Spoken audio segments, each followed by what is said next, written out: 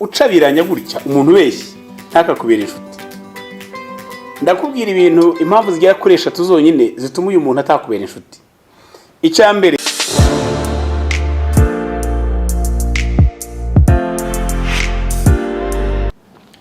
Haleluya, Yesu ashimwe cyane.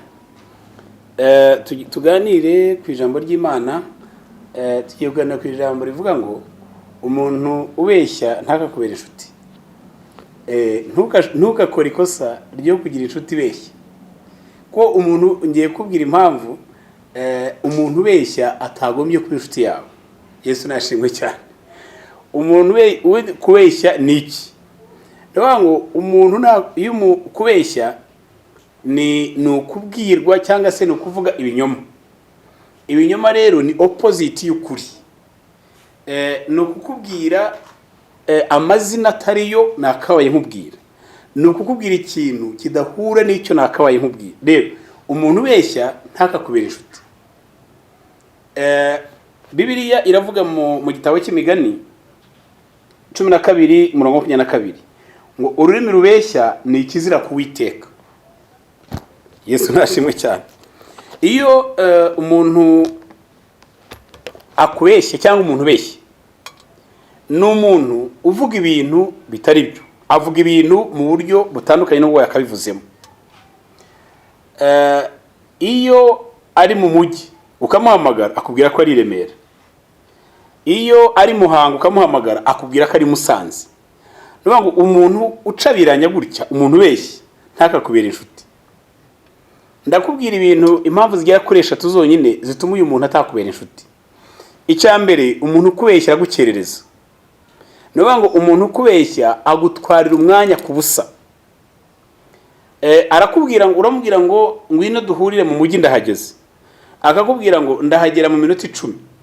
Akahagera mu masaha 3. Nuvuga ngo ari amasaha 2 n'iminota 50.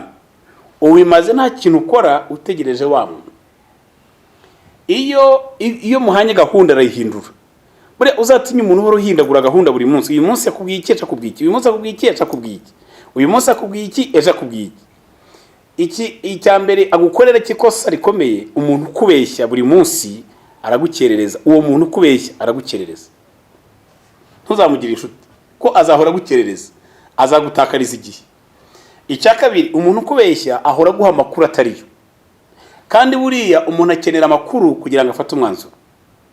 Iyo ukeneye igihe cyose umuntu aguhaye amakuru y'ibinyoma, ufata imyanzuro yuzuye ibinyoma, eje kazagira ingaruka ku buzima bwawe. Nuvuga ngo kukubeshya ni ukuguha amakuru atariyo. Iyo umuntu aguha amakuru atariyo, ahora gufatisha ibyemezo bitari byo. Inshuti zanjye, umuntu ubeshya ntuzamugire inshuti, ko uzahora ufata imyanzuro buri munsi itariyo. Ejo araza akakubeshya iki ugafata umwanzuro, ejo agahindura akakubeshya ikindi ugafata undi, ejo agahindura akakubeshya ikindi ugafata undi. Iyo ugize ibyago ukaza ukamubwira ngo ndagira ngo uzankurikiranire uzamenyera amakuru ya kanaka, kubera ko abeshya buri munsi arakubeshya. Araguhamagara ngo uyu munsi ngo kanaka harya wa undi ngo warambwiye ngo harya ngo mupfana iki, narakubwiye ngo ngiyewe ndashaka kumurambagiza uzamenyera amakuru ye. Okay, urashaka kumurambagiza, warasaze koko, ngwino mu kwereke yasinze.